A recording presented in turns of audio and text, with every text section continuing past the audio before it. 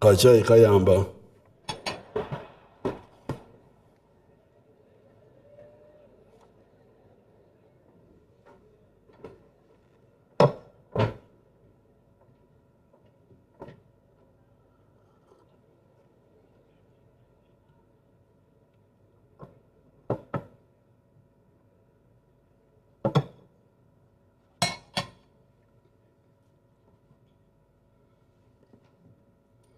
In fulfillment of the constitutional requirement under Article 101, Clause 1 of the Constitution of the Republic of Uganda, I am here to deliver the State of the Nation Address 2023.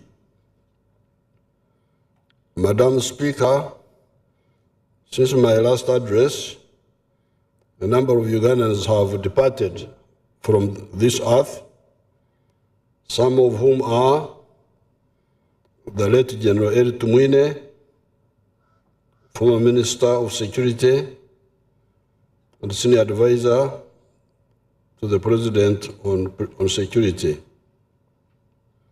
the late Justice Ruby Opio Aweri, former Judge of the Supreme Court of Uganda, the late Dr. Paul Kawanga Semogere, former President of the Democratic Party, the late Honorable Charles Okere Ngola, former State Minister for Labor, the late Bishop Patrick Okabe, former Member of Parliament for Serere County, the late Keith Mhakanzi, former Permanent Secretary, Office of the President, the people who have died in the landslides, in the floods, and our soldiers who died in Somalia.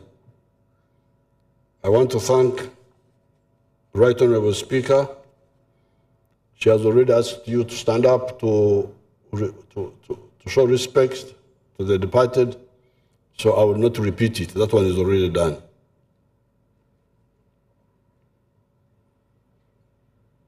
The performance of the economy. I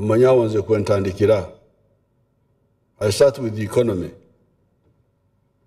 As a result of the NRM government's deliberate efforts to expand the economic base of the country, a strong foundation has been built for rapid economic growth and socio-economic transformation. In 1986, when the NRM government took administration of the country, the size of our economy was equivalent to US dollars 1.5 billion. That's what it was in 1986. Today, our economy is about US dollars 49.4 billion. In other words, the economy, this is if you use the exchange rate method, in other words, the economy has expanded by more than 30 times since 1986.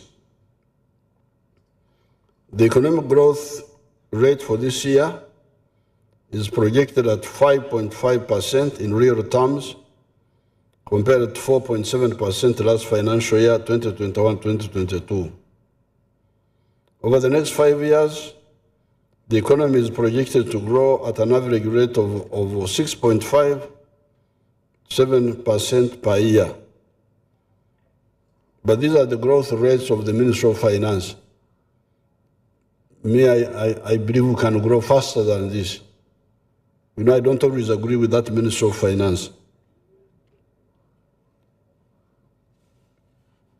And I will say so, I will tell you why later in this very speech.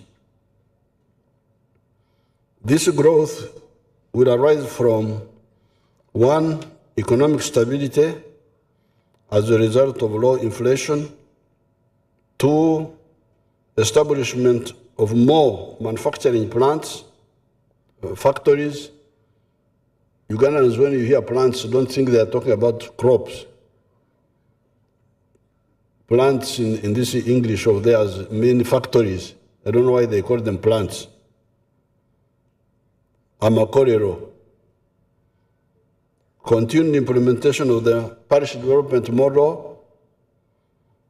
4, support small and medium-scale enterprises through Emyoga circles, the youth and women funds and other initiatives. 5, increased oil and gas sector activities. And 6, growth in regional trade and the positive impact of the continued recovery of the economies of in the Middle East, Asia, Europe, and the USA, which provide markets for our exports. Therefore, by the end of the financial year 2023-2024, Uganda's GDP is projected to grow up to 207.22 trillion shillings, which is equivalent to $55.2 billion. If you put it in PPP method, purchasing power parity method, this would mean an economy of $156.7 billion. This in turn is projected to grow our GDP per capita to USD dollars 1,186, up from US dollars 1,096 in financial year 2022-2023, this one where we are now. Inflation.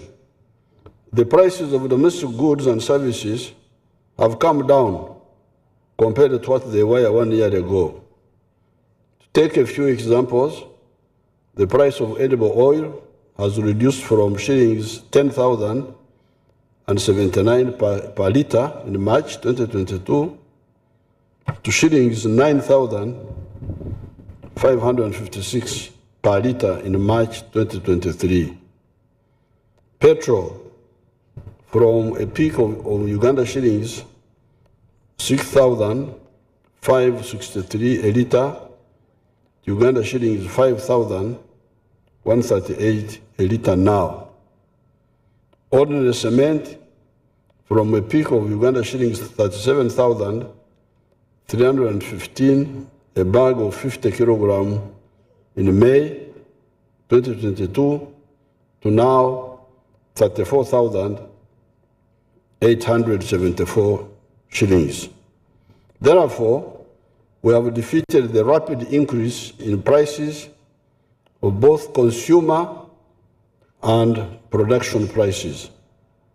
However, food prices remain high due to climate change effects that caused prolonged drought in many parts of the country. This, however, will be history because of the ongoing government investment in small-scale solar-powered irrigation to address water shortages for crops. Government resisted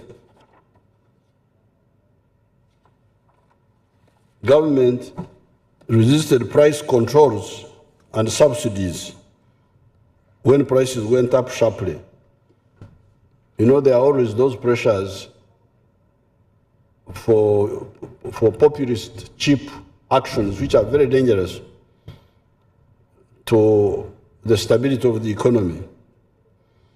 This is because these kinds of measures are not sustainable and they instead introduce distortions in the economy.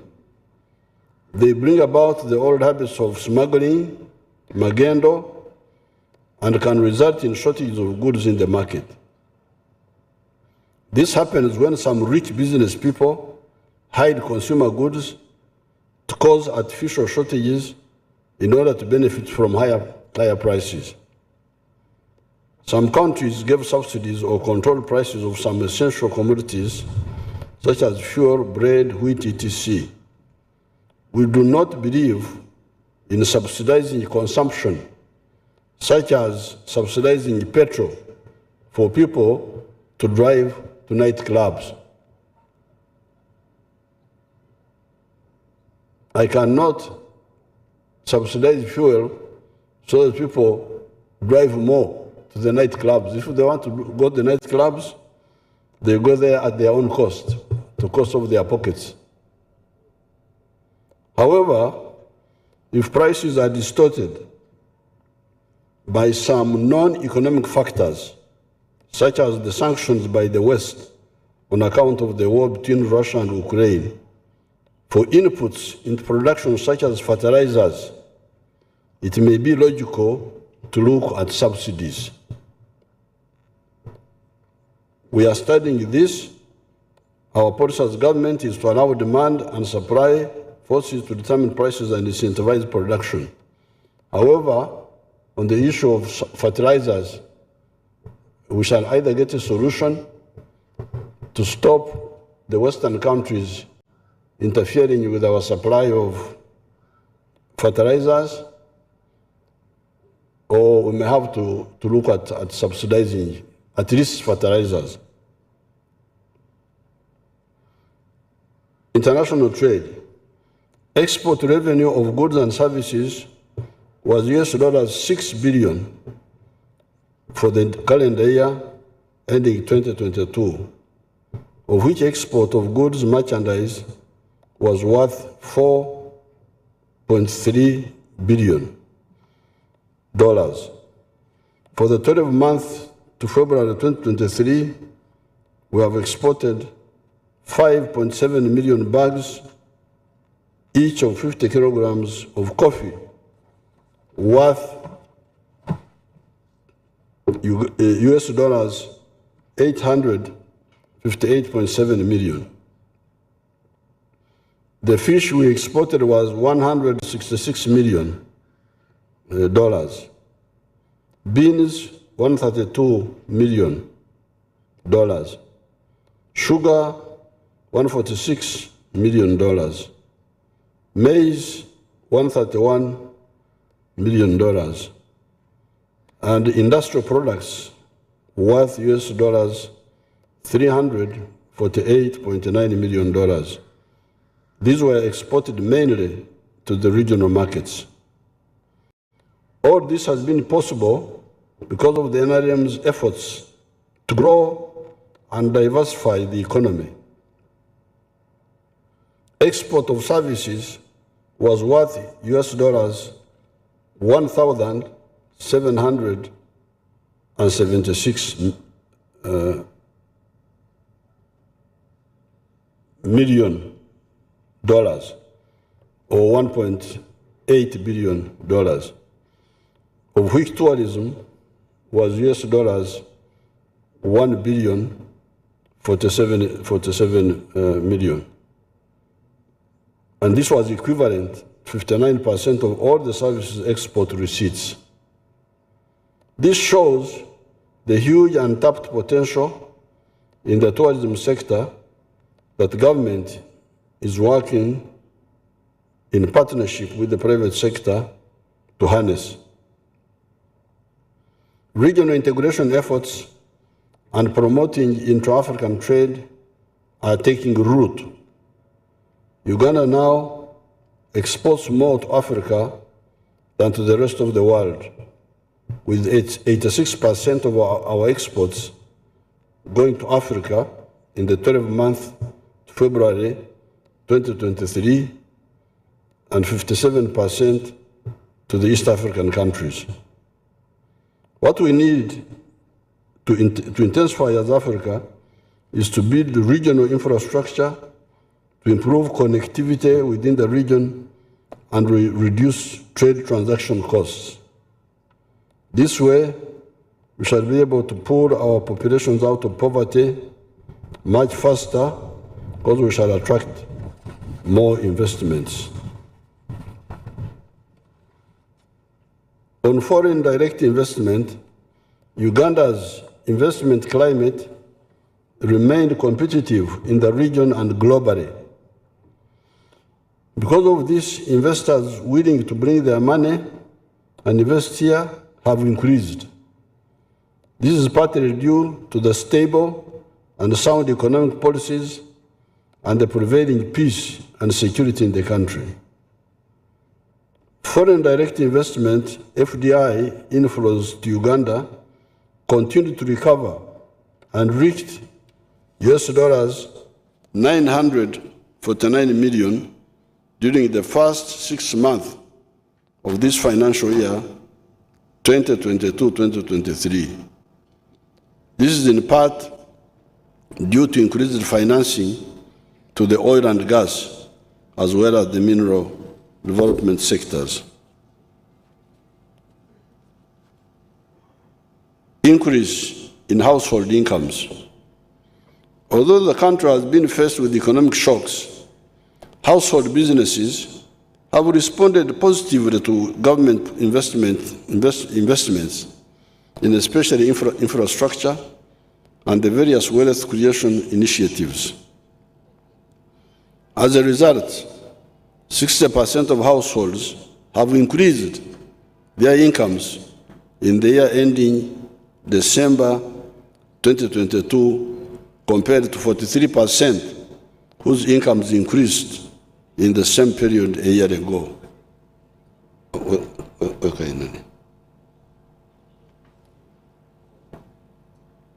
This means that the government's effort to create wealth at household level is taking root. This will be further enhanced by the parish development model and the Emyoga government initiatives. As prices stabilized toward the end of 2022 and incomes increased, access and affordability of essential goods and food products has improved. The prices of fuel, sugar, maize flour, beans, cooking oil and eggs have all reduced since their peak between August and December of 2022. When the NRM took over in 1986, the economy depended on a few cash crops, namely coffee, cotton, tea, and tobacco. Since then, the economy has become bigger and more diversified. Some of the agricultural produce, which were only for consumption at home, such as maize, beans, matoke, bananas, fish, milk, etc., have become commercial, contributing to household incomes. Other crops that have joined the traditional cash crops include sunflower, from which we now make edible oil, palm oil trees, vanilla, avocado, oranges and mangoes, which are raw materials for the agro-processing factories. We now produce enough sugar. In fact, now we have what surplus which we are exporting to our neighbors. Steel products, cement, other building materials such as tiles at Kapek Industrial Park, mineral extraction and beneficiation, etc. We shall soon produce oil and gas, and the infrastructure development to enable this is currently under construction, including the East African crude pipeline, power and water infrastructure, and Kabale International Airport. Uganda has a vibrant economy and workforce that is transforming our economy into a digital one. There are many businesses and financial transactions taking place within the country using the internet and other online avenues. This is not only improving efficiency, but also creating many jobs for the youth. The fiscal performance.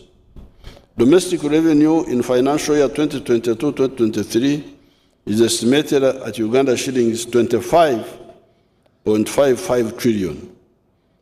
This is about 13.7% of GDP. Next financial year, 2023-2024, we plan to collect Uganda shillings 29.67 trillion as a domestic revenue. Through our strategy to raise revenue, the government is planning to raise at least 18% of GDP in the next 5 years. When we achieve this target, we shall be able to reduce our reliance on borrowing to finance a larger share of our budget. We must avoid this problem of not being able to pay our debts by increasing what we collect from taxes and other sources of domestic revenue, such as royalties from our mineral development. Some countries are paying more than 50% of their collections in taxes to service debts. We should avoid falling into this debt trap. Therefore, in addition to collecting more revenue domestically, we should also not spend what we do not have. To achieve this, the government decided to rationalize government departments to reduce duplications and wastage of taxpayers' money. And the Minister of Public Service is finalizing the implementation plan for this decision. Industrialization. Our industrialization drive is bearing fruit, with many factories being set up. We have got 8 government-owned industrial parks, which are currently operational. These include Kampala Industrial Park and Business Park at Namanve, with 125 companies operational, 144 companies under the construction stage, and 106 companies at the planning stage, giving a total of 375 factories or companies. Ruzira, with 11 companies operational. Boyogerere, with 8 companies. Soroti, with 2 companies operational and 5 companies at the construction stage.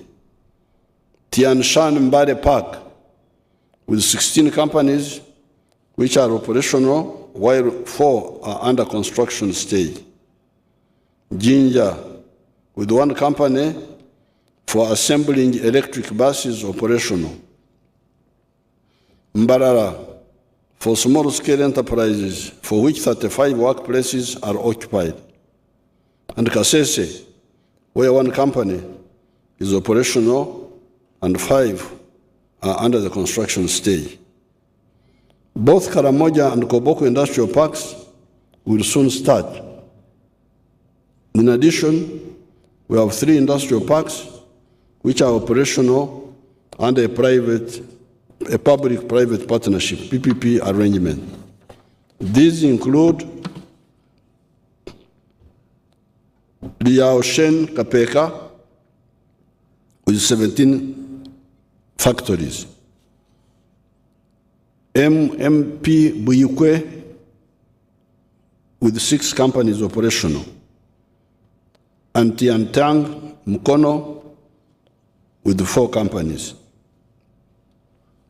The total capital investment within the industrial parks so far is US $2.93 billion, and 98,263 direct jobs have been created, with many more indirect jobs. In total, 226 factories are operating within the industrial parks, while 303 factories are either under construction or at the planning stage. The development of industrial parks is one of the vehicles for socio-economic transformation, with the projected creation of 2.5 million jobs in the next 5 years. The factories in the industrial parks do not include the standalone factories owned and operated by many different investors. These are factories that belong to Mukwano and Mwana Group, Mukwano Group of Companies, Mwana Group, and so on. These are a total of 354 factories employing an additional 100,000 people. The total number of factories in Uganda is 4,008, with a total number of employees of 150,000. We are committed, the parish development model, we are committed to creating wealth and jobs by moving households from the non-money economy to the money economy. To achieve this goal, government launched the parish development model to accelerate socio-economic transformation. Using this approach, 39% of households which are currently in the non-money economy, the majority of whom are in subsistence agriculture, will move into the money economy. The parish development model will increase incomes, improve quality of life, and eradicate poverty at household level through modernization of agriculture, industrialization, improved services delivery, and using modern communication technologies. Through the parish development model, agriculture will be transformed from subsistence to commercial. This approach will organize and deliver public and private sector interventions for wealth creation and employment generation, using the parish as the economic unit for planning, budgeting, and service delivery. Therefore, the 10,594 parishes in the country will be the growth and service delivery units in the parish development model. Government has committed Uganda shillings 1,059 billion this financial year for its rollout countrywide. So far, parishes which established circles have received Uganda shillings 50 million each, benefiting 906 circles and more than 21,000 individual beneficiaries. Government will deepen the implementation of the parish development model beyond the financial inclusion pillar by maintaining disbursement of Uganda shillings 100 million per parish next financial year and in the subsequent years.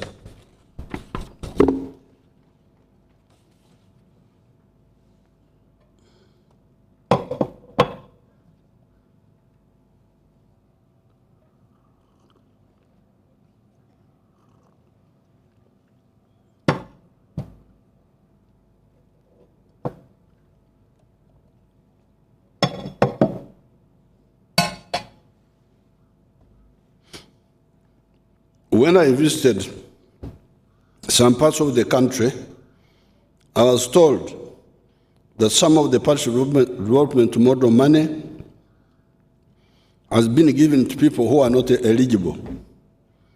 This includes politicians and public servants. I was also informed about the delays in accessing the funds released by the Ministry of Finance to the target beneficiaries. In some cases, a few elite people come together and form circles and take all the funds released for the entire Parish. The State House Anti-Corruption Unit has arrested a number of culprits in the Acholi zone, where I started my up-country inspection trips, and I'm coming to all the other zones. So all the thieves, be alerted. I am coming. I've already been to West Nile and also to Masaka. And wherever I went, I found some candidates for Zira. The PDM program is a successor program to the NADS and Operation Wealth Creation programs. Especially the Operation Wealth program, starting in 2013, succeeded in bringing down the households outside the money economy from 68% to the present figure of 39%. We therefore salute the Operation Wealth Creation. It did something. The Operation Wealth Creation did not only convert 29% of the households from abakorera ekida kyonka, teach me each keken, to the money economy, but as an example, increased the production of coffee from 2,060,000 kilogram bags to now 9 million bags, and would have increased to 12 million bags if it was not for the change to the new model of PDM, which people are still acclimatizing to. The change was, however, necessary so that the program is beneficiaries owned and we eliminate the grumbling of Begabera Boka. The government officials only serve themselves or favor themselves. PDM is saying, do it yourself. Here is a grant from the government to your parish circle of shillings 100 million per year. Besides, the parish is near your home. Hence, no more excuses. This is the strategy of the PDM. The money is there, cheap money, given to you, it's yours. Government doesn't want to take back that money. When you pay back, it remains in your circle. And the parish is near. It's not like the sub-county. It's not like the county. It's not like the district. So therefore, no more excuses by people who want to remain in poverty. About 3 years ago, I launched a wealth and jobs creation initiative for those who found it difficult to access financing through banks and other lenders for non-agricultural enterprises. This initiative has been successful in mobilizing the youth and women in the informal sector in productive self-employment by increasing their skills, acquiring equipment, and accessing affordable capital. As of the end of December 2022, seed capital amounting to Uganda shillings 558.24 billion had been disbursed, had been paid out, benefiting 6,714 Emyoga circles and covering 1.9 million individual beneficiaries. Whatever mistakes that occur in these low-interest poor people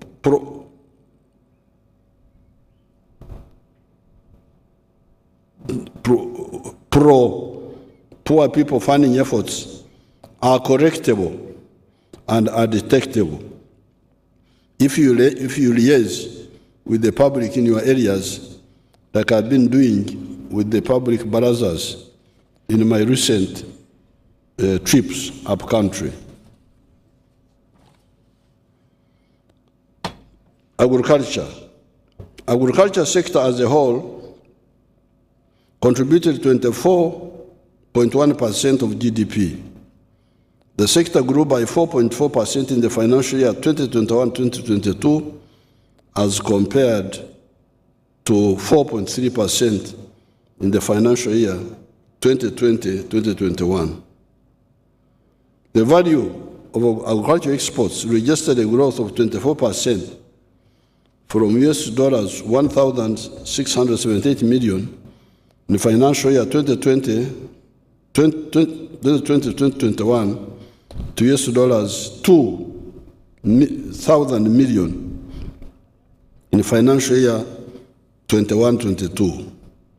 This growth was attributed to the increased volumes and quality of coffee, dairy, fish, and tea.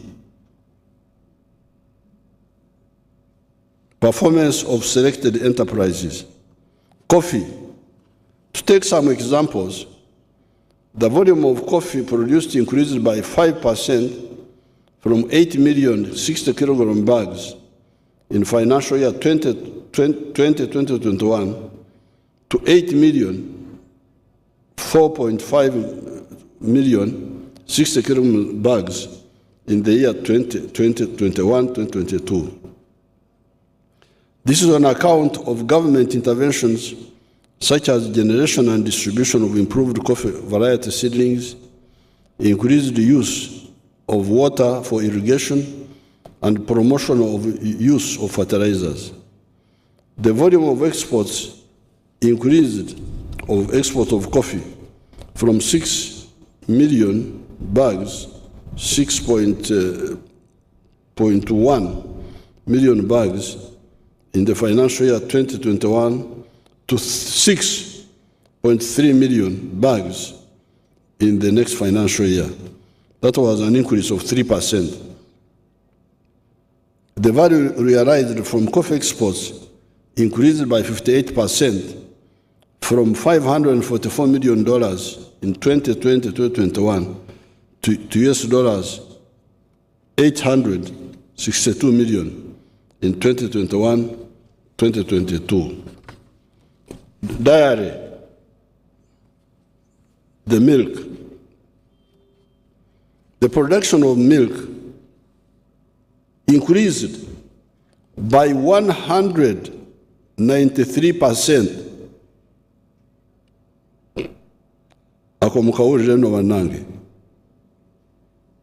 The production of milk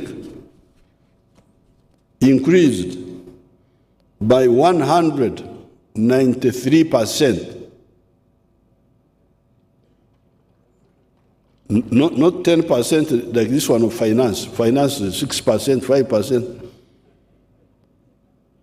There's a percentage that Ministry of Finance. Aye Biange, aye Bife. Here, milk grew by 193%. With these economies which are so rich in natural resources, we should not continue talking about this 6-7%. This speech which I am reading is mainly from Minister of Finance. I try to put in my views here and there, but it is their statement. I am their puppet. But if you want to know my own thinking, here you have it. Unfortunately, this is a sector where I am involved directly. I don't need finance. I don't need anybody. As long as there's peace in Uganda, we grow the economy. So, the milk sector grew by 193%. 6%. 6% you are coming from underground. And you say, I've only come 6%. When will you get out of the ground?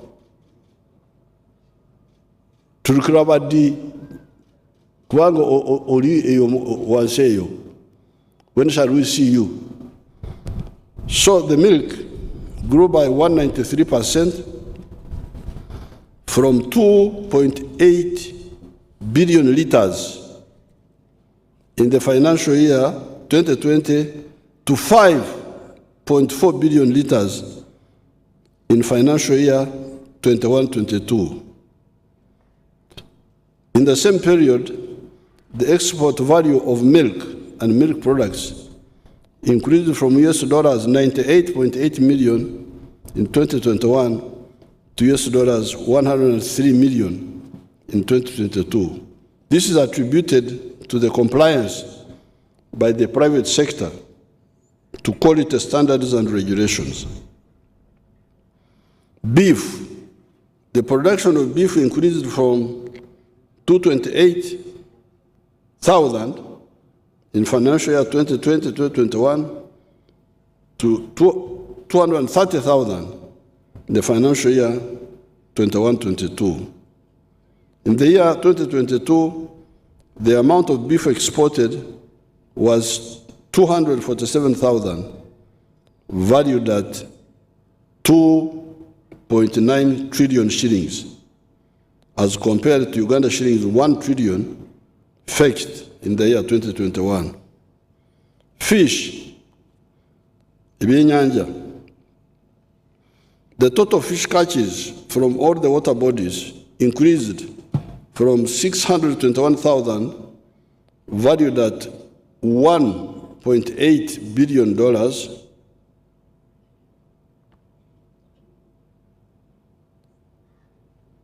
this figure here, my people, 1.8, they say dollars, but I don't think it's dollars, it must be shillings, in 2021 to 651,000, valued at something. They will have to correct it. I don't think that's correct. It must be shillings. The availability of raw materials of fish sustained operations of the 12 fish processing factories.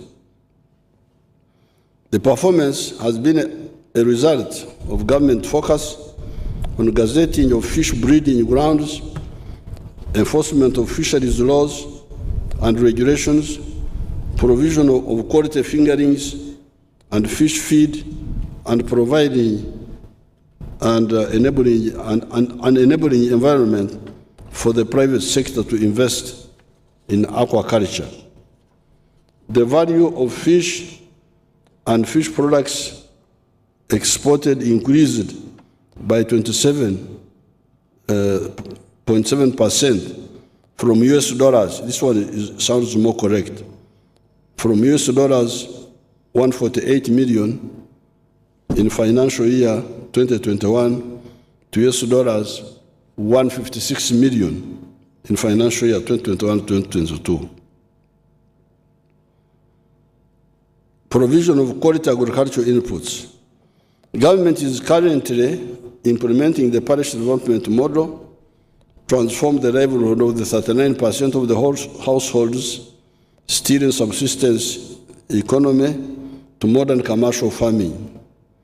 The strategy under PDM is transfer funds to parish-based circles where farmers can borrow and procure inputs such as seed and agrochemicals for agreed and selected enterprises.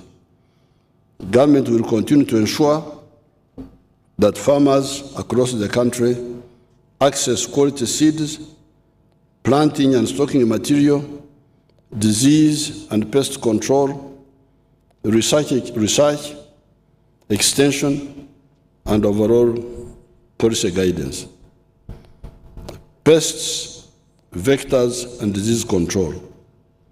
The National Agricultural Research Organization, NARO, is conducting research on an anti-tick vaccine development and has already launched trials. Efficacy evaluation trials have started at Kiborara Prison Farm, Isimba, Maruzi, Nabwin, and Mbarara. Government continues to facilitate research in disease-resistant varieties and building capacity of farming households on the best agricultural practices, on integrated pest and vector and disease management, and other efforts.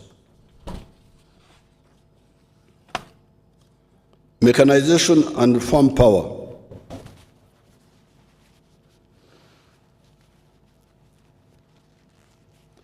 Mechanization is critical to commercialization of agriculture. In the financial year 2021-2022, government procured additional 240 tractors and implements, bringing the total number of tractors procured by government to 655. Government also procured 740 units single-axis, low-powered walking tractors with all accessories to support farmers to open more farmland for cultivation. These machines also support value addition, irrigation, and transportation of produce. Water and environment. The availability of adequate water resources is critical to the sustainability of the well-being of the society. When it comes to water for irrigation, the irrigation area has increased from 19,138 hectares to 22,797 hectares. The overall cumulative storage of water for production stands at 52 million cubic meters. These targets have been achieved on account of the following interventions. Number one, solar-powered irrigation demonstration sites. Government has completed the construction of 121 solar-powered irrigation systems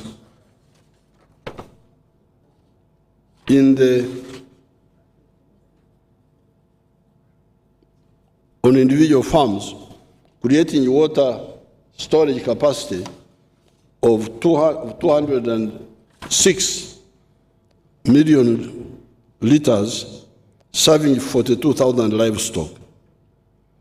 The government strategy is to increase safe water supply coverage for both rural and urban areas. This is for human beings.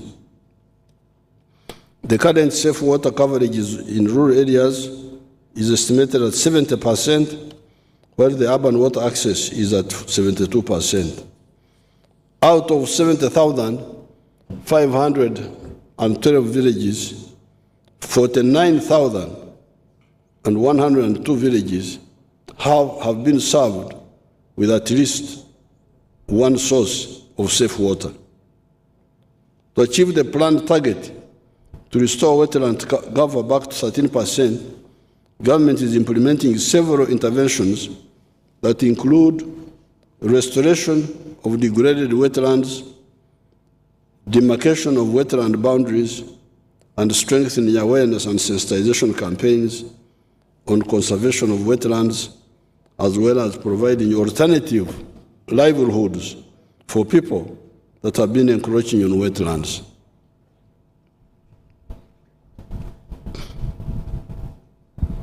I was talking with the MPs from Bukedi and from Busoga when we were in Chankwanzi, and they were telling me that, oh, our people have been in the wetlands for a long time. Then I said, okay, they've been growing rice. So I said, how rich are they now? Because they have been destroying the wetlands, growing rice. But how well are they doing? The MP from Bukedi said Bukedi is the second poorest after Karamoja. And then Usoga was following. So the question is, if being in the wetlands is good, why is poverty so serious? I will get time and I come and will really discuss this issue with the people themselves. You are destroying the wetland, the water of the country, and you remain poor. So what do we do?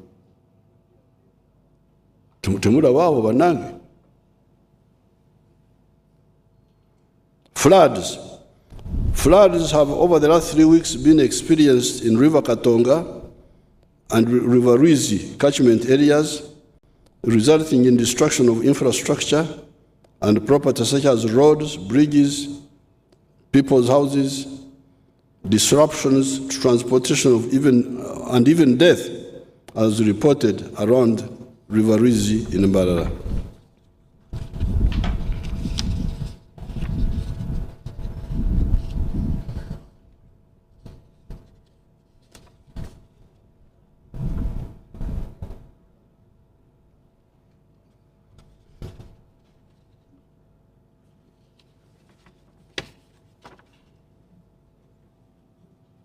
Some of my people have mixed up my papers here,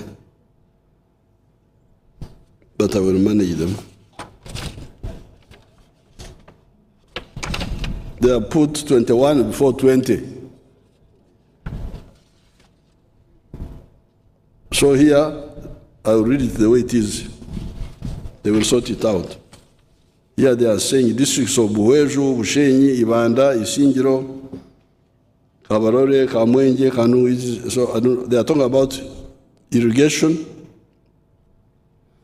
As a result, 2,373 acres have been added to the area under irrigation, enabling 14,961 farmers to produce cabbages, tomatoes, apples, onions, pineapples, watermelons, green pepper, etc. They are still talking about irrigation.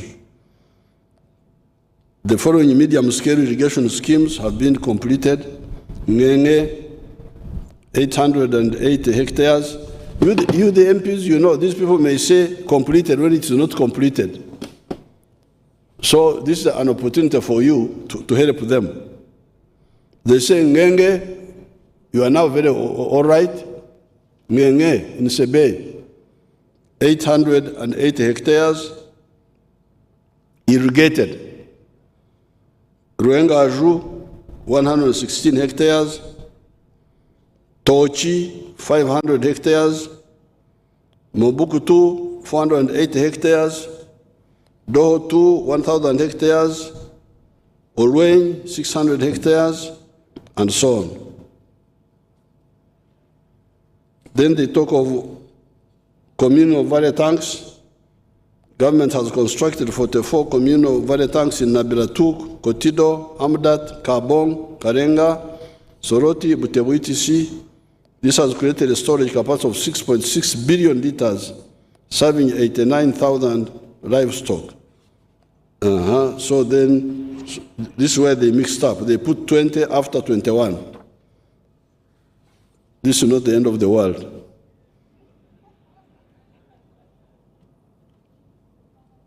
Ekitata muyima. Famaganda tunedagala lyebizibu bino. Awogambira nti kasita obeera n'obulamu ensobi zigenda kutereera. So these people put my 21 before 20. But somehow you can combine the. There has been major disruptions to transportation arising from the damage of Katonga Bridge, which was washed away by floods. The floods also led to the eroding of wetland vegetation and gardens in the upstream parts of the catchment.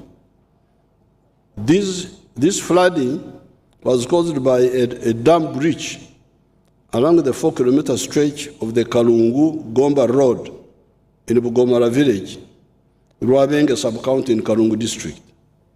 The water had progressively built up on one side of the road due to blocked culverts, creating a damming effect. This created a massive force beyond the capacity of the road, creating a dam breach, which led to a sudden release of a large volume of water that moved downstream the Katonga River. As the flood wave moved downstream, it moved with a lot of papyrus and gardens, causing significant damage to infrastructure. The interventions to address the problem of floods involve protection of water catchments and the general environment so that they perform their function of storing and releasing water safely even when there is increased rainfall. Regular maintenance of water bodies and rivers so that they perform their water storage and conveyance function. Demarcation and protection of lake shores, riverbanks, and wetlands. To limit encroachment by settlements, construction of water storage facilities, agricultural activities, and other development, and strengthening of the early warning systems and the enforcement of the water and environmental laws at all levels. People who damage the environment do so at their own risk. Have we not seen enough examples? Nantabuulirwa yasabalana bwa bumba. That's what we say in our language here. The one who does not listen to advice insisted on using a clay boat on the lake and drowned in the lake. Somebody created a boat from clay, and people told him that clay cannot make a boat. Don't do it. He couldn't listen. He made a clay boat, he put it in the lake and drowned there. And that's how our people here in Uganda got a proverb that Nantabuurwa yasabalana bwa bumba. So the people will tell people, please,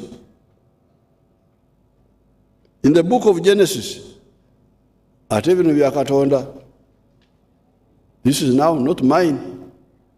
The other one was mine, but this one now. In the book of Genesis, chapter 1, verse 9, God commanded the water to separate from the dry land. Imagine Katonda. In the book of Genesis, it says, let water and dry land separate.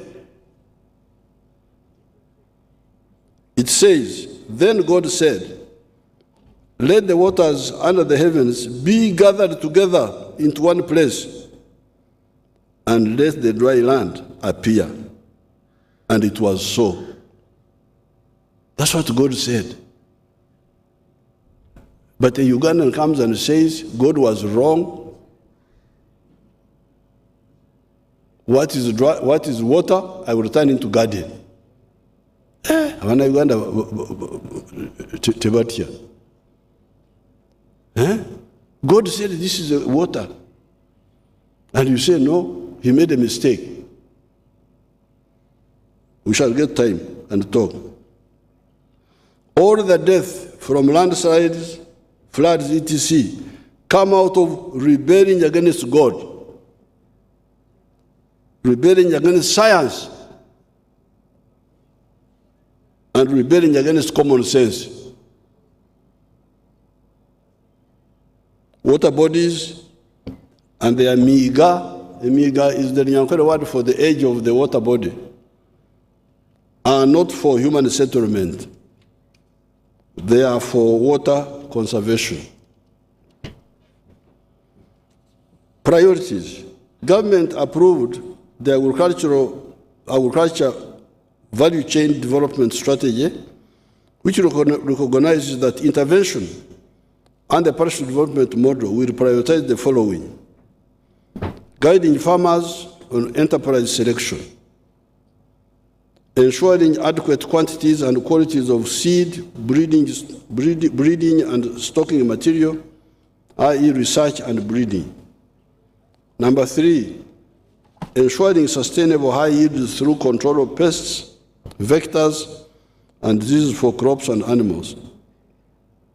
Number 4, facilitating precision agriculture, i.e. water harvesting, irrigation infrastructure, and machinery. Number 5, provision of farm water, land opening, provision of farm power, that is land opening, cultivation machinery, and assorted post-harvest and small value addition equipment.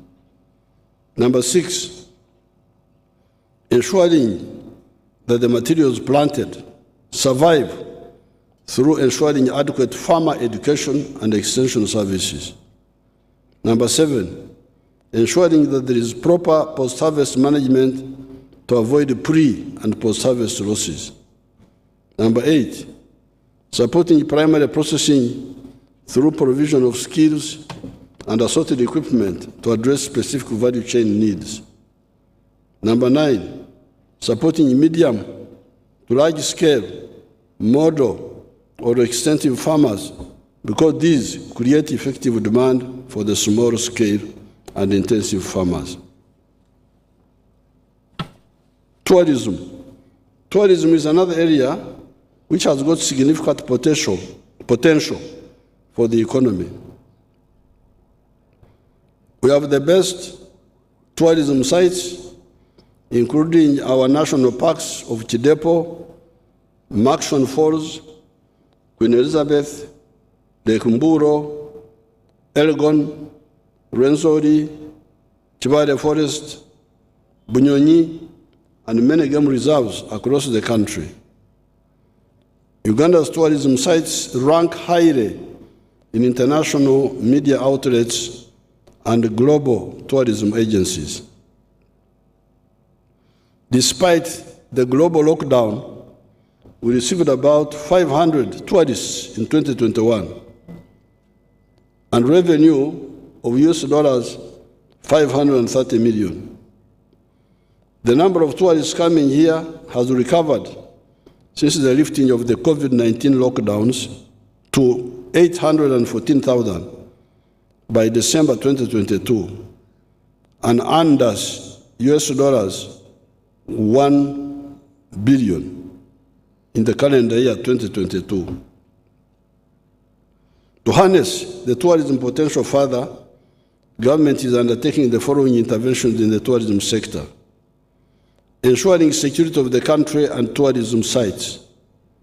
2, construction of tarmac roads from Kitgum to Kidepo, 116 kilometers, Lake Bunyonyi, Kisoro, Mugahinga, 74 kilometers, Karenga, Kapedo, Kabong, 70 kilometers, Kisoro, Rubuguri, Muko, 65, which are soon starting, these roads. Wildlife conservation, especially of Mugahinga, Lake Mburo, Semuliki, Chibale, Maxon, Chidepo, Katonga, Toro Semuliki, and Queen Elizabeth. 4, preventing the conflict between wildlife and human activities. 5, enhancing digital destination marketing using modern ICT online technologies. And 6, strengthening enforcement and adherence to tourism standards through a strict licensing regime for service providers in the sector. Achievements. Tourism directly employs a total of 1.5 million people in Uganda along the entire tourism value chain and contributes 6.7% of the country's GDP. In the year 2022, Uganda's national parks hosted 367,000 visitors, surpassing the pre-COVID-19 levels of 323,000 visitors recorded in the year 2019. 63% of these were domestic tourists. So you, the Ugandans, you are getting richer. The middle class are now visiting our national parks. I congratulate you. Mukuriko bwavu, ate namwe mweyegaleko.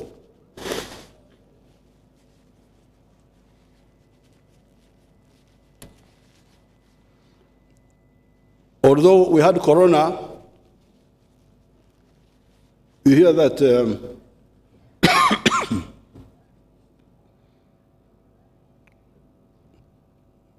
although we had corona, you see, that's why we need lubrication. Obulago wetaga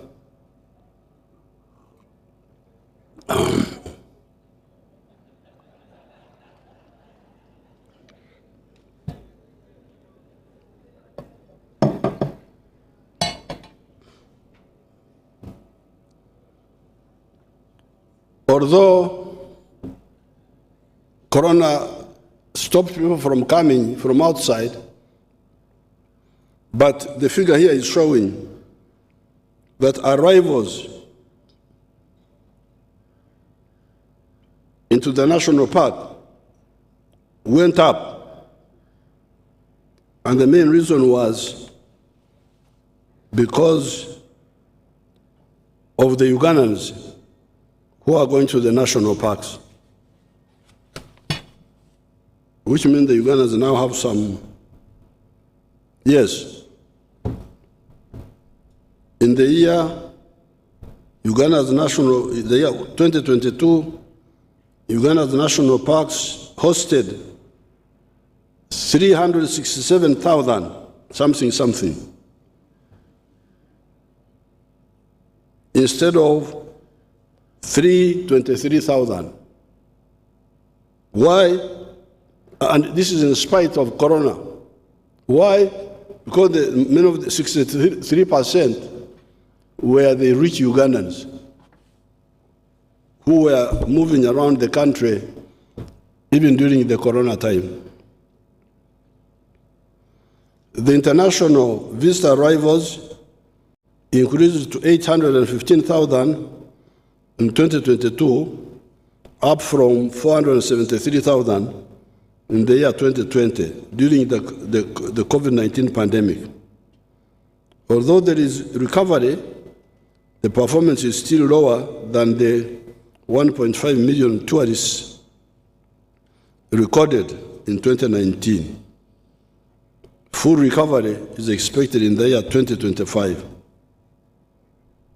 Leisure and holiday visitors stayed longer, 11 nights in 2022 compared to 7.6 nights in 2019, and spent higher daily at $172 per night compared to $168 per night in 2019. The wildlife populations for most animals have increased. For example, the number of elephants increased from 5,700 in 2011 to 8,000 now, while the buffaloes increased from about 36,000 to over 44,000 during the same period. Mountain gorillas in Buindi, Mugahinga Conservation Area have steadily increased over time from just 200 in the 1990s to about 459 now.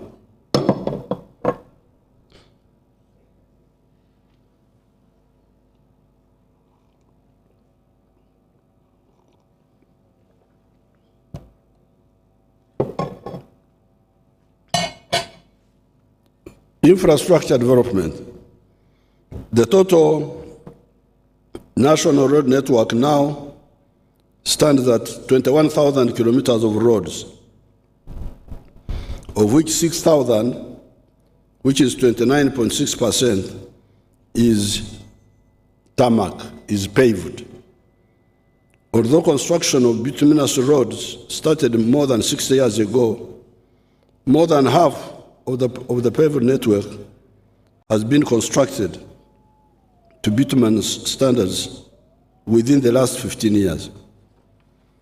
Government continues to implement 16 projects to upgrade over 892 kilometers of national roads to paved bituminous standards, while at the same time rehabilitating 300 kilometers to restore their service life. Construction of the following roads has been completed, adding 351 kilometers to the paved network. Critical oil road through the towns of Buhimba, Narweyo, Bulamagi, Igayaza, Kakumiro, 93 kilometers. Masindi, Biso, Hohwa, Nyairongo, Charushesha, Butore, and Kabare Kizaramfumbi roads, 78 kilometers.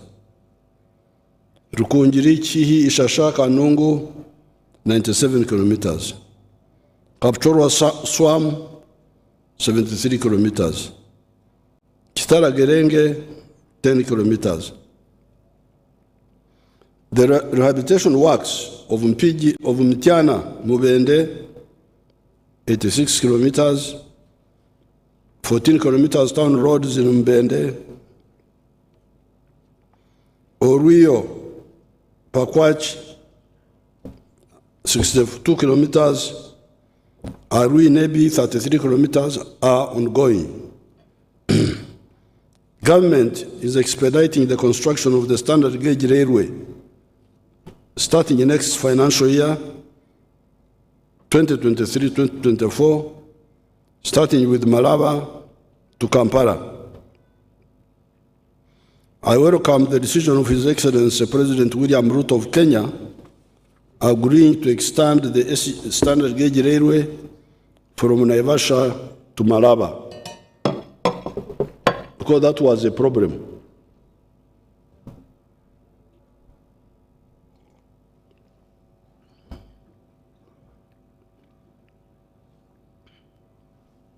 In the meantime, the rehabilitation of the Kololo to Gulu meter gauge railway and Kampala meter gauge railway are underway. As regards road transport, priority will be given to maintenance of existing road networks, especially in the urban areas, continued upgrade of selected strategic roads from gravel to bituminous surface, maintenance of national, districts, and community roads by facilitating each district in the country with a minimum of Uganda shillings 1 billion to upgrade and compact the dry weather Maram roads next financial year. Infrastructure priorities. Government has over the years invested heavily in infrastructure, and this has helped to narrow the huge infrastructure gap we had in the 1990s. However, there are still critical gaps that the government will continue to prioritize in order to reduce the cost of doing business, such as lowering the power electricity price. You know, these people use their mysterious language, power tariffs and all that. Lowering the electricity prices. Mubana inchi mukitegere bulungi. Bano bibogera power tariff bichi. They just mean electricity prices for manufacturers and other businesses. The critical infrastructure include the railway and the upgrading of airports, including completion of Kabale International Airport, which is at 91% completion, and Entebbe International Airport, which is at 71% completion. Development of new ports on our lakes, and completing the heavy investment in the energy infrastructure, e.g. Karuma Dam and associated transmission lines. We also need to build new airports near the tourism destinations, such as Kidepo, Bwindi, Kasese, etc. Tourists, the rich people, don't have time to come, land at Entebbe, drive for 700 kilometers to Kidepo. No, they don't have time. We need to build airports for the rich foreigners to land near the national park, see the animals, and he goes away. But those airports, of course, also help with security. Like now with operations, night operations in Karamoja, we fly from very far, from Nakasongora, from all those places. It's better to have an airport within a good airport, which can operate by day and by night in those areas.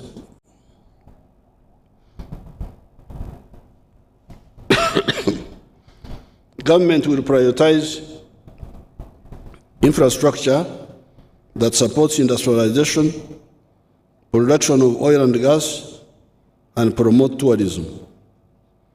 These include industrial parks, electricity power substations, extending and upgrading electricity transmission lines, water for industrial use, and ICT infrastructure.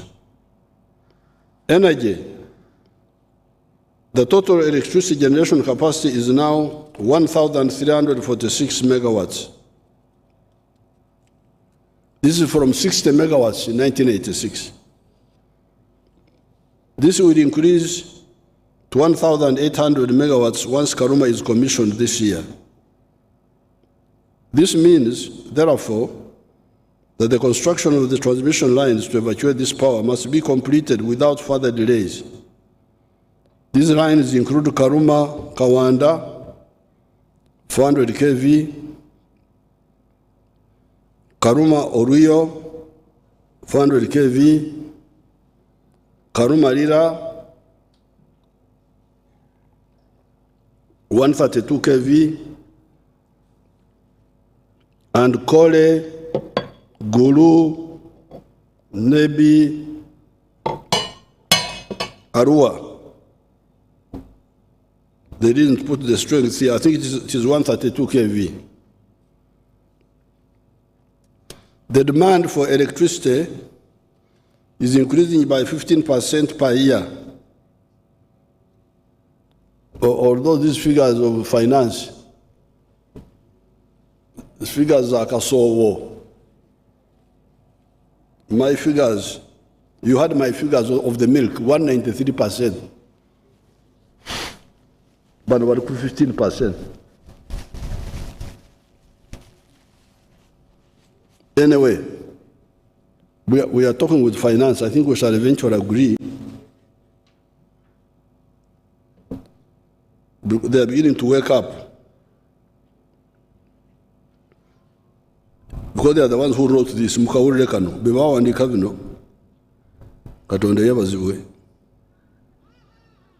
This means they are the ones writing this. Me, I'm just reading. This means that even with 1,800 megawatts installed electricity generation capacity by the end of this year, there will not be enough power for consumption and for manufacturing in the next 5 years if we don't continue to invest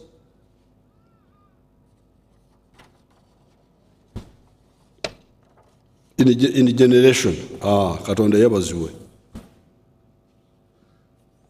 When you hear finance talking like that, then you know that Katonda yenyigidemu. Kubanga Abafrika bamanyira obwavu, tebagala abatawanya kuva mu bwavu.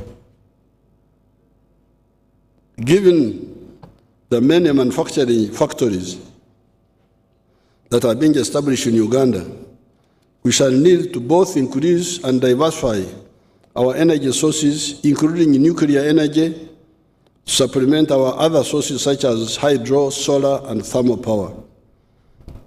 Nuclear energy is expected to add another 2,000 megawatts to the national grid by 2036.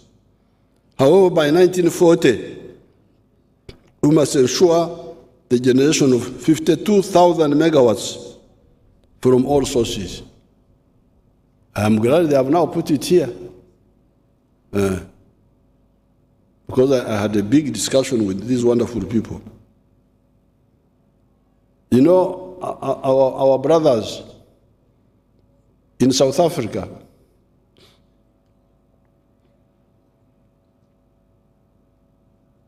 of the ANC, when they came in, the whites, those people were fighting, were generating 36,000 megawatts of electricity. This was 1994. South Africa was already generating 36,000 megawatts. Now here my people are talking of 1,800. And they are talking about it as a big thing. They are very happy to talk about it. They are not embarrassed.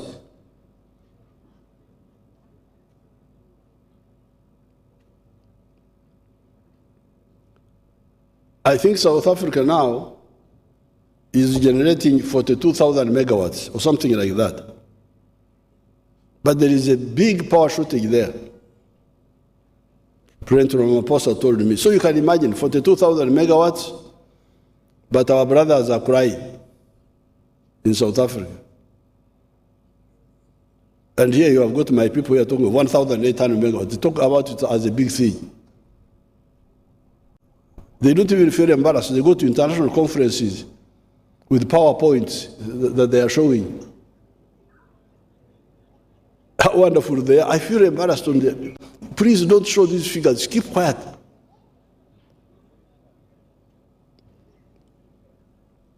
But now, they have committed themselves. Because the problem is not money. The problem is vision. If we have got a vision, we shall get the money, even from our own sources. But if you don't see, what can people do? So they are now talking of 52,000 megawatts by 2040. I think that's a bit too far, but wakili. In the immediate future, government shall prioritize investment in the rural electrification, in the remaining sub-counties, electricity connections for upcoming industrial zones and factories, construction of additional power substations, strengthening the capacity of the Uganda Electricity Generation Company, and so on.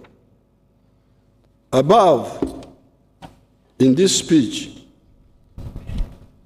these are my own words now. Most of the others have been the ones of finance and those groups. And energy and agriculture. So, as a loyal delegate, I have represented them. I have told you exactly what they wrote. but this is now mine. Bino byange. Above,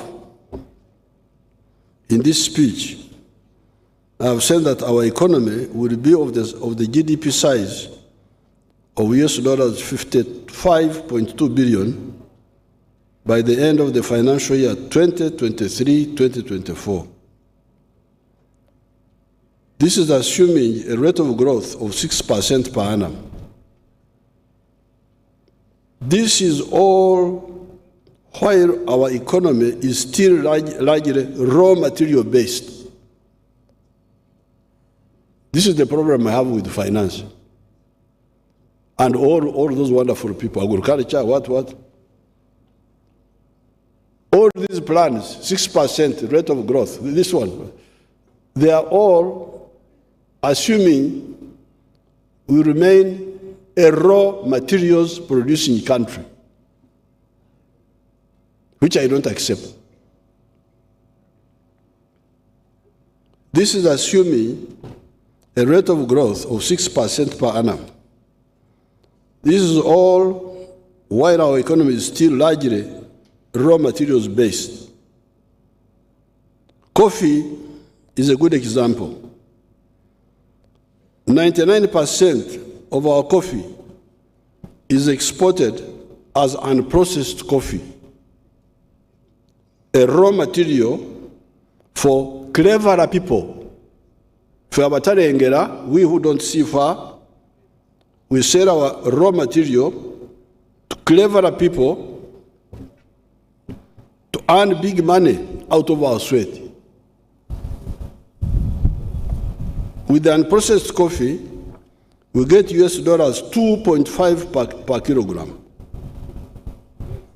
If the same coffee is processed, a kilogram will give us US dollars 40, increasing in value by a factor of 15.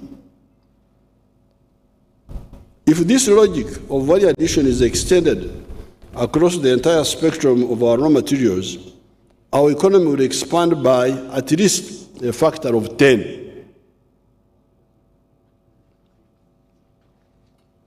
It will expand from US dollars 55 billion to US dollars 550 billion in the short term. Why? Why do I say this? It is because, apart from the said raw materials that are already in place, all the other factors are there. These are an educated workforce, electricity, a better road network, the railway we are about to start building, and the old line we are repairing, piped water, telephone lines, the internet, etc. Is this not what countries like South Korea, that do not even have the same raw material base like we have, did? You check the history of South Korea. What was the GDP of South Korea in 1961? Go back, because you have got internet. Go back. What was the GDP of South Korea in 1961? What is it now? The answers are 1961, the GDP of South Korea was $2.42 billion. You can even check what was the GDP of Uganda in 1961. I don't think it was very far behind this one. Today, the GDP of South Korea is 1.81 trillion. It is almost 2 trillion. From 2 billion in 1961 to 2 trillion now, in just 60 years. And South Korea is half the size of Uganda in land area. And they don't have the resources we have. So really, I am not part of this Vision 2040. Please, tumuteka mwebyo. That the plan is to remain poor until 2040. That is their plan. Nze sigiri mweyo. That's not mine, but I am presiding officer. If you are presiding over confusion, you also bring some confusion too.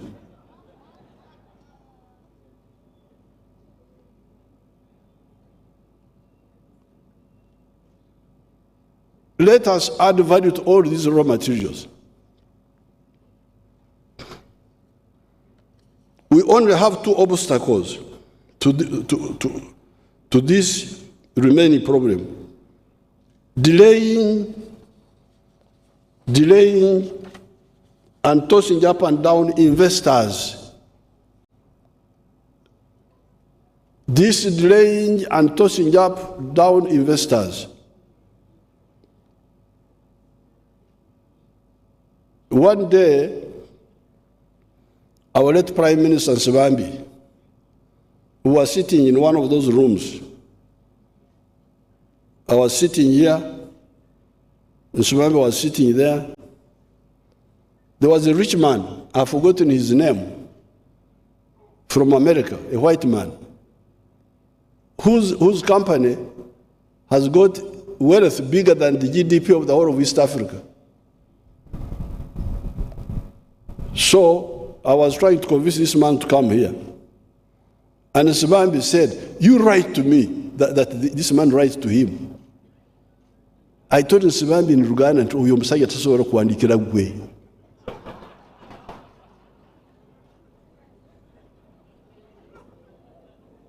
This man cannot write to you, Museveni Apollo, cannot write to you. The man has got wealth bigger than the GDP of East Africa. And this man is sitting there, you write to me, as if he's applying for a job. If that is the mentality, then why did we set up Uganda Investment Authority? We set up Uganda Investment Authority, Okusaka, Kutusakira, to get for us people. Bring them. You are the one to take the trouble to bring them, not sit there and they beg you as if you are going to give them welfare money or what. So this ignorance must end.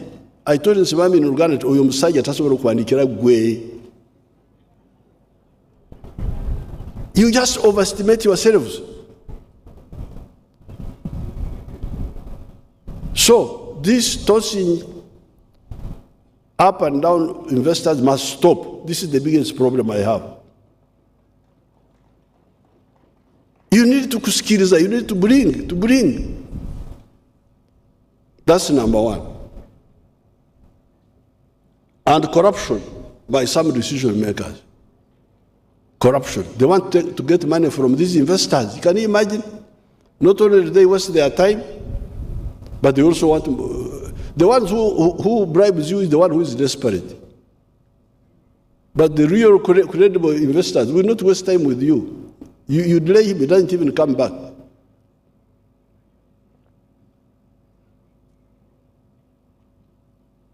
Even me, I'm not as rich as the other American, but I'm also not poor.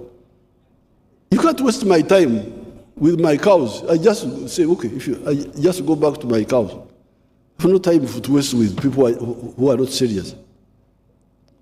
So the two problems which are a blockage, because now we have the educated population, our children are educated, electricity is now there, the roads are there, security is there, the raw materials are there, the production is there of raw materials. The problem is value addition. What is blocking the transformation from raw materials to final products? Mishandling investors, wasting their time, and corruption. Let us crush these two evils, these two remaining evils, and the sky is the limit. In Kyankwanzi, I shared with our MPs the social metamorphosis that takes place when societies undergo modernization. If you can check on all the modernized countries, we will find two phenomena. One, a smaller percentage of people still in agriculture and more people living in the towns than those living in the rural areas. So when we come, I really feel sorry for Africa. You see all these big leaders, this one, and we had them in the 1960s. We had our leaders here. But many of them were not able to tell our people the future. Where do we need to go? But let us just take the example of agriculture. Here below are the figures. In the USA, the percentage of people in agriculture is 1.3%. 1.3%. United States is the land of 3 million square miles, population 320 million. Only 1.3% are in agriculture. UK, 1.5%. France, 3.6%. Germany, 1.2%. Japan, 3.4%. Chile, 10%. India, 55%. Nigeria, 70%. Burundi, 80%. Uganda, 70%. So, having more people in agriculture is a sign of backwardness. If you are looking for characteristics of backwardness, one of the characteristics is having more people in agriculture than in the other sectors. And secondly, having more people living in the rural areas than living in the towns. Therefore, the quadrilateral, these are my words, they are not for the other group, the Levyangi,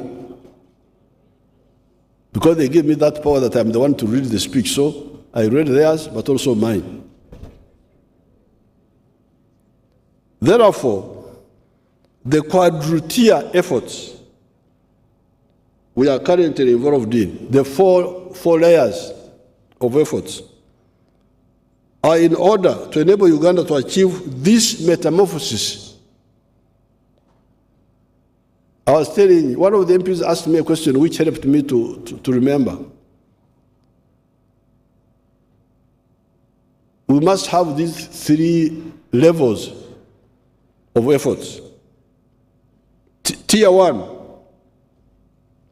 involve all adult Ugandans into the money economy with the Chibaro, through the PDM, Emioga, etc. All Ugandans must be involved in the money economy. The 39% must join in. Sale helped us with 29%, but we now need to remove the other 39%, or to join the money economy through PDM and Emioga. Tier 2, add value to all the raw materials that do not have to be consumed fresh, so that we create more jobs and get more money for our sweat. Tier 3, build a knowledge-based economy using advanced scientific knowledge such as the technology of automobiles, therapeutics, etc. Chira, you the MPs, we need to support Chira so that they get moving. Instead of having only the economy of coffee and tea and tobacco and marakwang and I don't know what.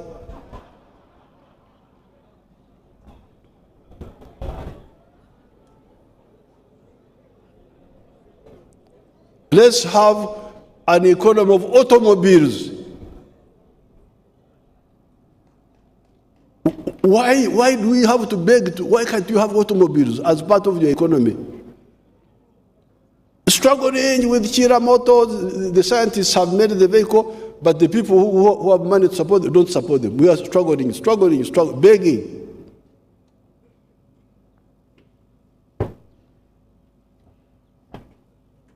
I know in our clans, we have got M0, Okwedira, but we should not do Okwedira transformation.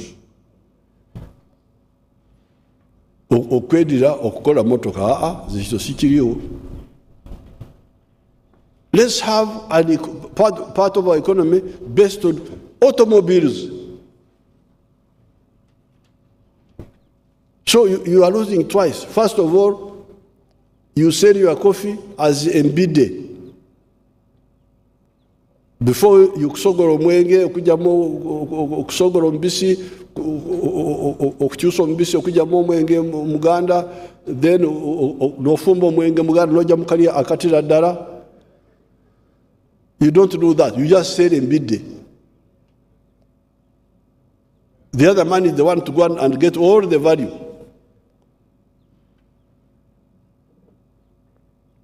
But now add new economies which your children now are able to add. Dr. Gwang was able to make a medicine for us for corona. These other people are making economy wealth out of automobiles. Let's support them.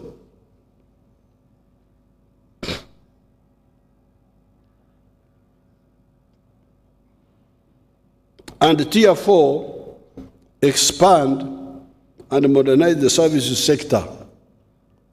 Services sector, health, education, tourism, hospitality, entertainment, sports, etc.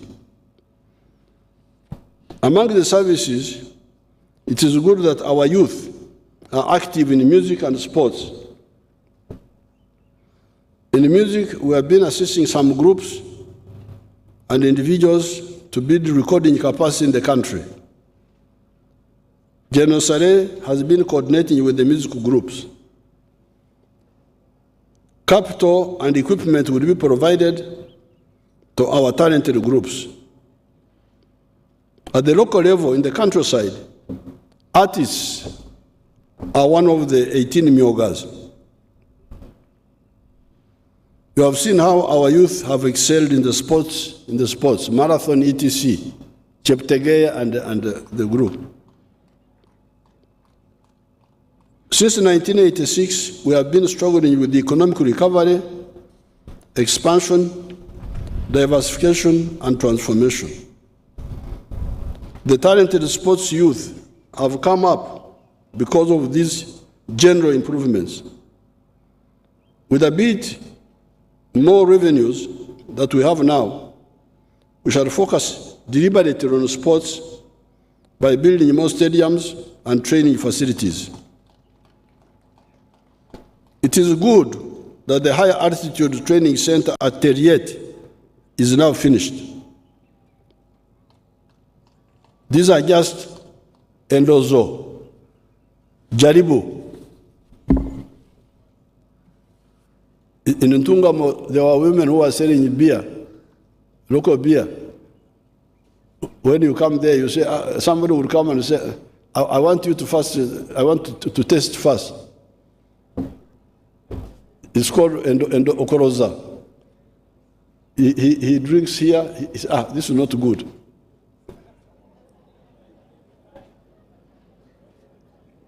Goes on like that. By the time he has finished 6 Okoroza, he's drunk and he doesn't buy.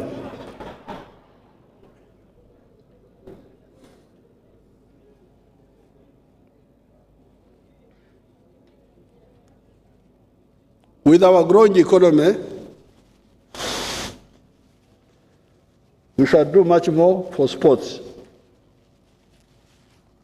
It is good, therefore, that the East African countries together put in a bid for AFCON, the continental football competition of 2027. Apart from Nambole and Nachivubo, We need more world-class stadiums to be built. Does not matter whether they are government or private, as long as they are in Uganda. On the side of the music, the Attorney General and the Minister of Gender need to resolve the issue of the copyrights. It is not fair not to protect ownership of okuhimba. Okuhimba is the Nyankore word for composing songs. That is how we shall be able to create a big economy by doing the 4 tiers, the ones that I mentioned. We shall be able to create a big economy that is able to accommodate our expanding population. In 1810, the UK had a population of 10 million people. A priest by the names of Alfred Malthus started pushing views that the population in the UK was too big, etc. The UK has now a population of 70 million people that is many times more prosperous than that of Malthus's time. What happened? It was the metamorphosis of the society and the economy into a middle-class, skilled-working society. You cannot have peasants producing younger peasants on increasingly fragmented agricultural plots, and you think that you are not an enemy of your country if, as a leader, you do not see this and combat it. So to sit here as leaders of whatever we call ourselves, like I was watching our leaders in the 1960s, and we were telling them about these things that time. You people, you go abroad, because even in the colonial times, I remember even in 1955, they would take our chiefs.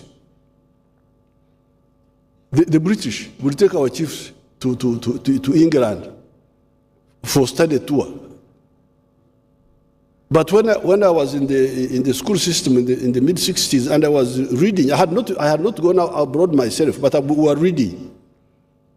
I started asking these people, you go abroad and you see what's happening there. Why don't you tell us when you come back to copy? You go and see progress, you come here and you maintain backwardness in your own people. You supervise, oversight role over.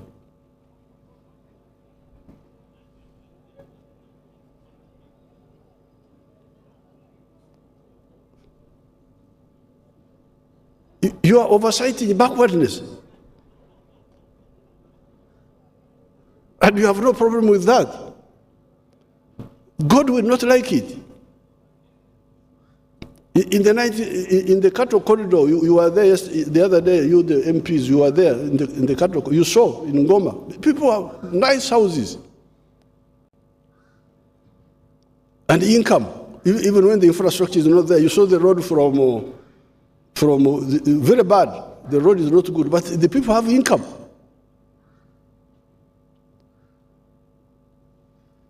So therefore, every leader who is calling himself a leader, even these religious leaders, the cultural leaders like these who are here, please, if you don't see the importance of metamorphosis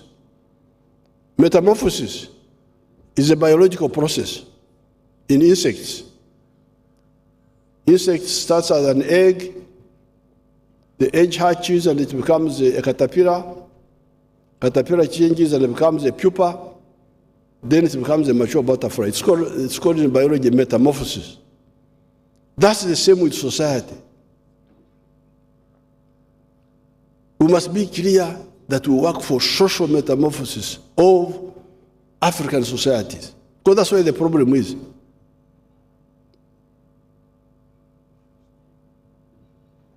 The middle class women who live in the town here, they don't carry children on their back. You don't find tying children in the back there.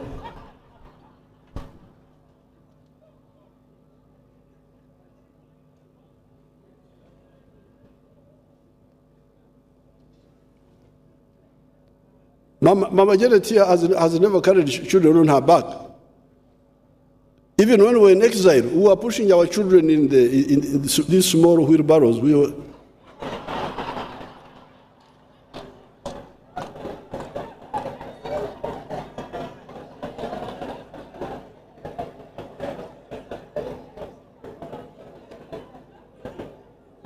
how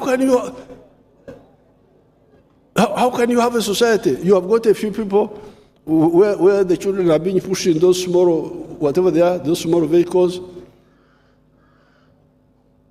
the piped water, using gas cookers, using electric cookers. Then you have your people in the fire. This is not acceptable. It's a betrayal. And we say we are leaders. Excellency, Right Honorable this one, Right Honorable that one.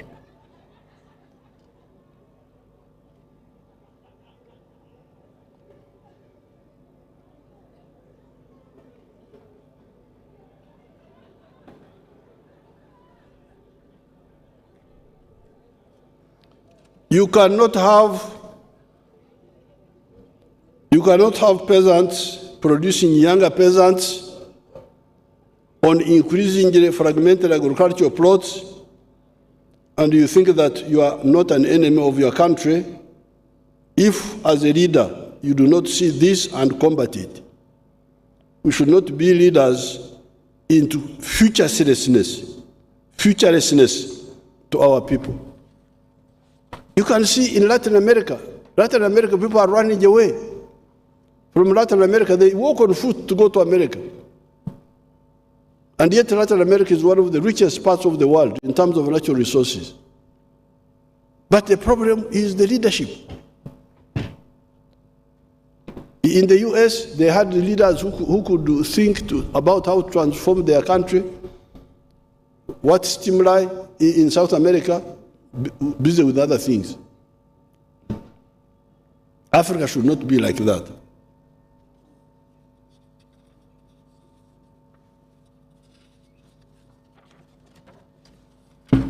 Education. I'm about to finish, don't worry. I have another like 10 pages or something.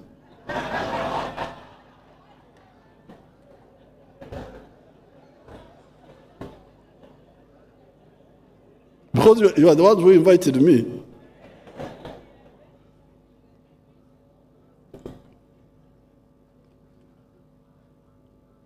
The NRM government introduced UPE and USE programs in order to ensure that no child of school-going age misses out on schooling on account of school fees.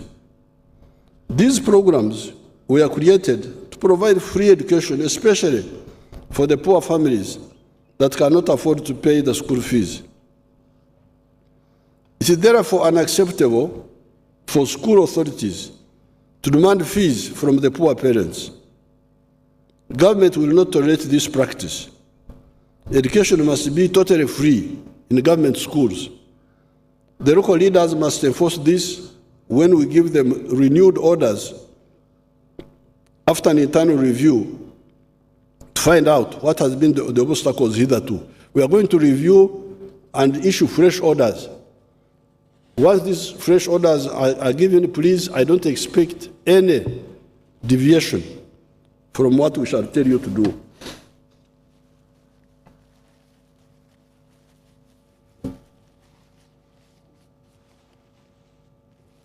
The literacy rate is currently 76%, while overall school enrollment is at 85%.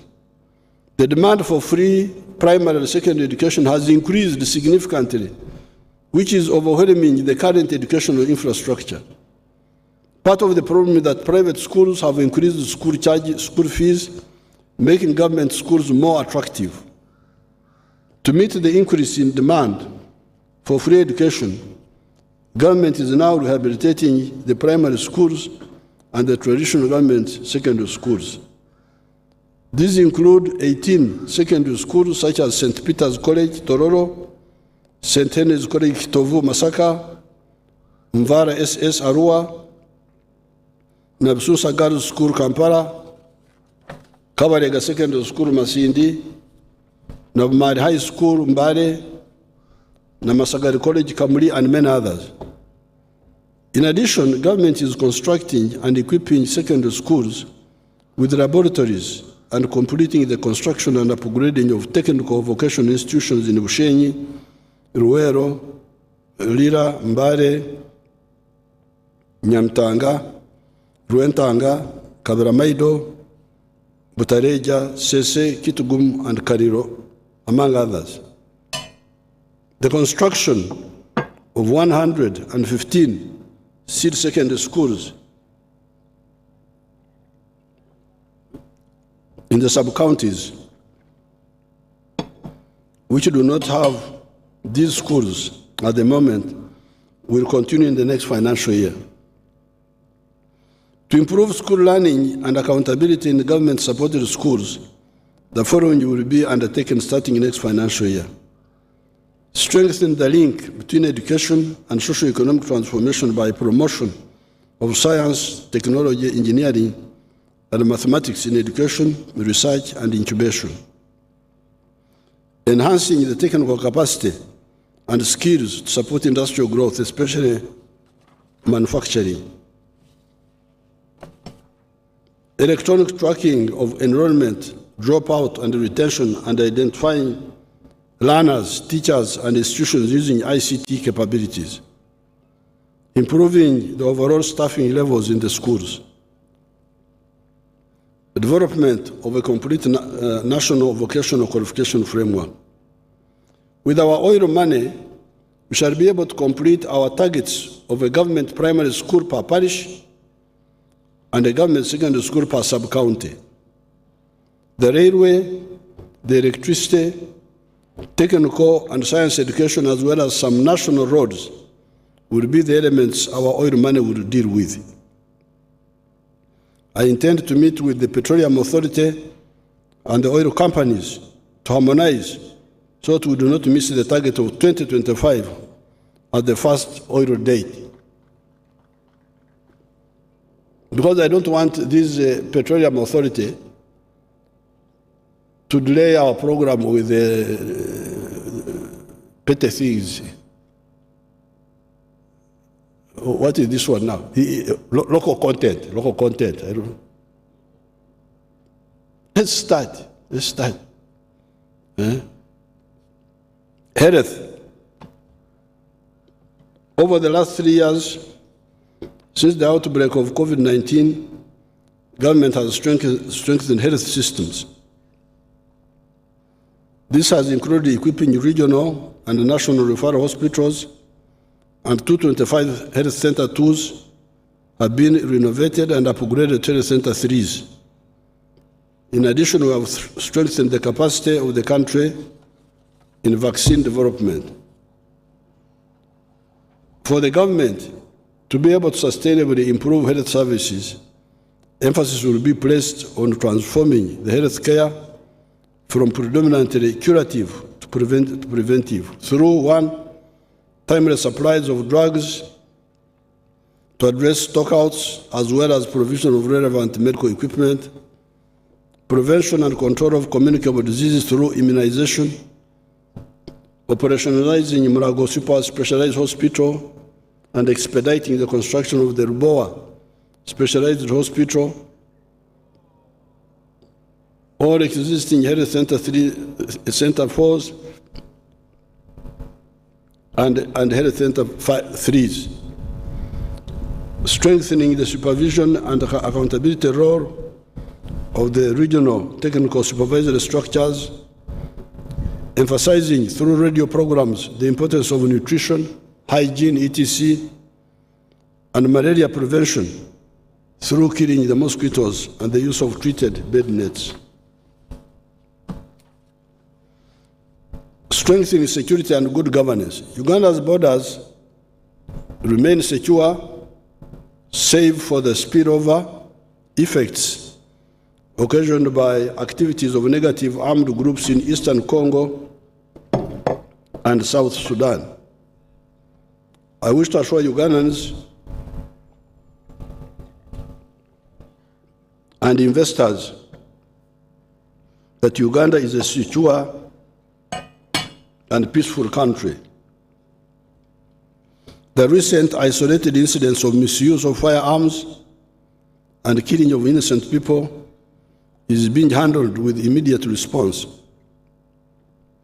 These include, among others, strengthening the capacity of security agencies to address emerging security threats, addressing discipline issues of security personnel in the Uganda People's Defense Force and the Uganda Police and Uganda prisons, enhancing the security infrastructure to detect crime before it happens, and addressing the welfare of personnel in security uniforms.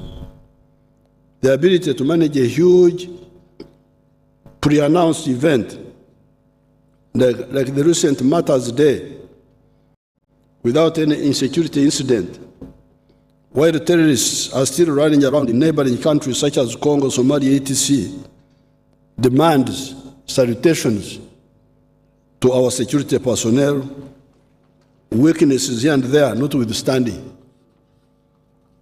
An event like Martyrs' Day, which is pre-announced, is a big magnet for terrorists. They would love to come and cause trouble there. And they plan, but we don't allow them. So while we quarrel with our security people, they are really miles away from many of the groups in the world. There are few weaknesses here and there. Otherwise, an event like this one, pre-announced, we are following groups in Congo, in what, planning to, you don't know how many of them are in prison now, who would want to come and kill people during an event like this one of millions of people who gather in a pre-announced huge event. So while we criticize our security people, but we should also appreciate.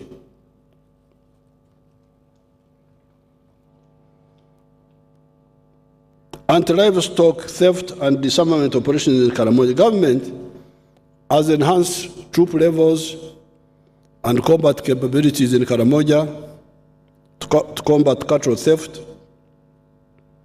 Disarmament operations, codenamed Operation Usalama kwa Wote, remains on course. A total of 124 guns with 1,023 rounds of ammunition have been recovered since January 2023. Similarly, an estimated 4,771 stolen livestock were recovered and handed over to their rightful owners. At bilateral level, Uganda and Kenya entered a memorandum of understanding on cooperation in defense and security, which was signed in April 2022. The agreement provides for concurrent disarmament operations in both countries. There has been mistakes and some corruption in the disarmament in Karamoja. I'm now in direct touch with the raiders. The raiders came and met me. They looked for me, and I met them. So please don't arrest me that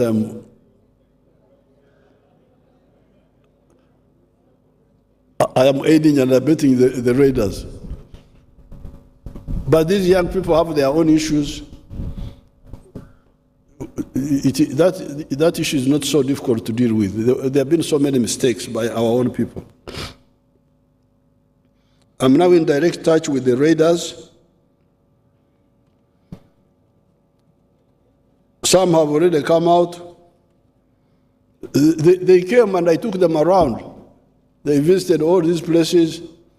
They were putting on suits.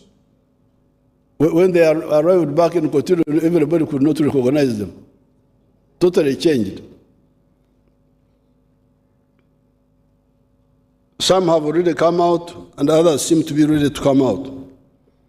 The corrupt elements in the army that stored the money of the vigilantes will be punished. And so will all the corrupt that undermined the total peace we had achieved in Karamoja between 2007 and 2018. Because 2007, 2018 was total peace in Karamoja. Everybody agrees. Then what happened? It was destabilized by mistakes of mainly our people, civilian and army. The Turkana of Kenya, those are also another problem. The Turkana of Kenya must stop entering Uganda with guns. And I do not want to hear even one incident of those people again raiding in Uganda if they want to stay here.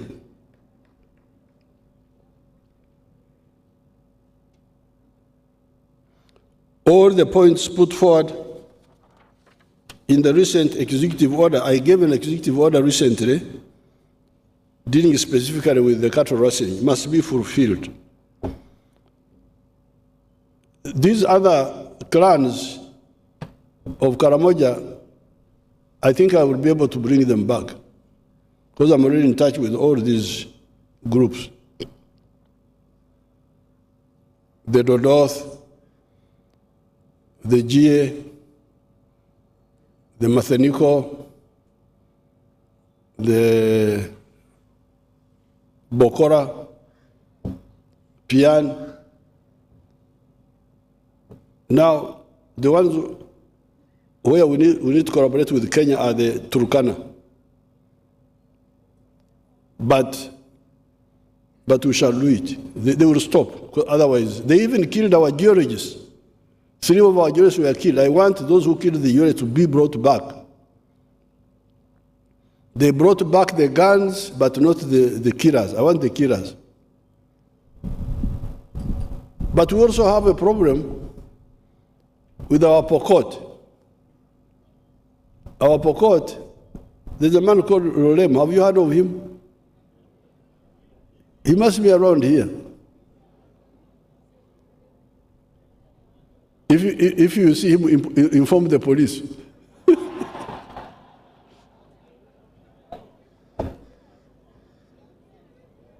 But Rolem, and who is the girl representing Pokot now? Amadat, who is the girl? Can I see how she looks like? Where is that girl? Come and I see you. I have not seen you.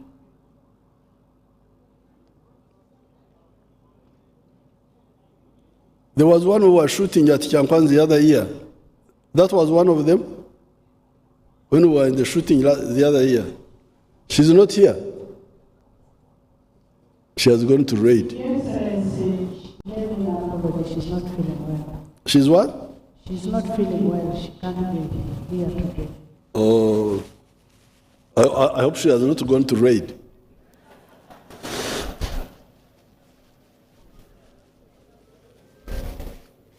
Now, the Pokot, our Pokot here, must not continue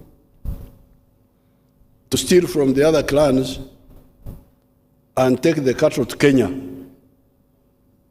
They should stop. Because I'm going to concentrate on them. But Rorem, they are my good people. Those you tell them that the old man, you saw him, and he's saying that you should stop. Rorem is here. Oh, you come on the microphone and they see how you look like. Where is Lorem?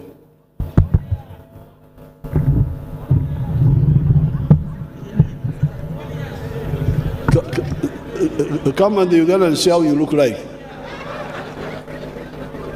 According to the speaker, you're not supposed to say anything because the speaker said, oh, Lorem is now very fat.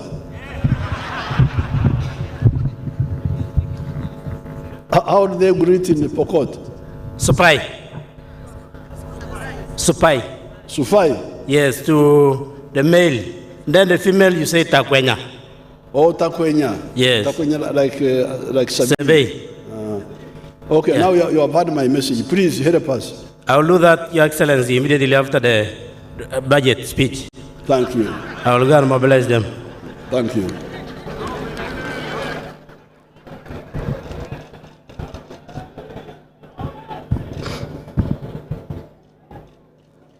Operation Shuja in DRC. Since the launch of the joint FADC UPDF operation codenamed Operation Shuja in November 2021, a total of 109 SMGs, 5 light machine guns, 3 RPG tubes have been recovered. 508 ADFs combatants have been put out of action, killed. 50 captured alive, 9 abductees rescued, and 20 defectors received. In March 2023, UPDF put out of action 29 ADF rebels in Toroko district and recovered SMGs. They had invaded Uganda from Congo. The East African Community Heads of State Conclave, held in April 2022, resolved to establish and deploy the East African Community Regional Force to pacify Eastern Congo. Uganda has contributed a battle group to that regional force. The recent deployment of the East African Force, augmented by diplomatic efforts from the regional states, will address the security challenges posed by instabilities in Eastern Congo. Security forces acts of sabotage in the form of vandalism, targeting electricity and water infrastructure. Security forces have arrested 15 key suspects in connection with masterminding vandalism of electricity and water infrastructure in central Uganda. Key among them is the so-called Kololo Mwonge, leader of a subversive group called Uganda Defense Forces. The arrests also targeted elements within Umeme and a network of scrap dealers. The operations have since recovered over 300 tons of assorted electricity equipment. This vandalism is done by haters of the NRM-inspired progress in Uganda. They don't want to see progress. They feel very unhappy when they see these electricity wires. They thought Uganda would not come up. So we are going to be very harsh with them. It's good we arrested them. They didn't resist, otherwise they would have gone to somewhere prematurely.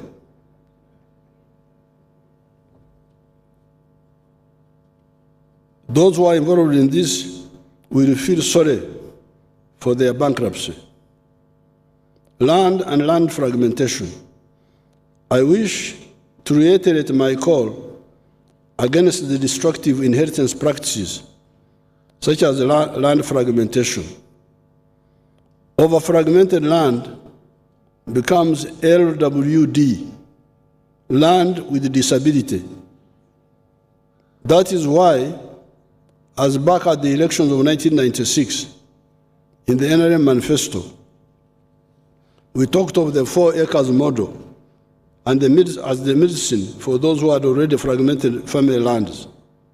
Hence, the recommendation for the 7 activities of coffee, fruits, pasture for grazing, for zero grazing, poultry for eggs, food crops, piggery and fisher farmers for those near the wetlands. All these are products that can give good money, even if they are done on a small scale. That is why we recommend them. There are, however, other products that the country needs, but can only be done on a big. They are cotton, maize, tea, sugarcane, beef, tobacco, etc. In fact, you cannot do the 7 without being assisted by these, e.g. maize for all animal feeds, for poultry, cattle, fish, in addition to humans and industry. The NRM has been recommending to you inheritance by shares, emigabo. You do not divide the property itself, but you divide what comes from the property, and you can aggregate your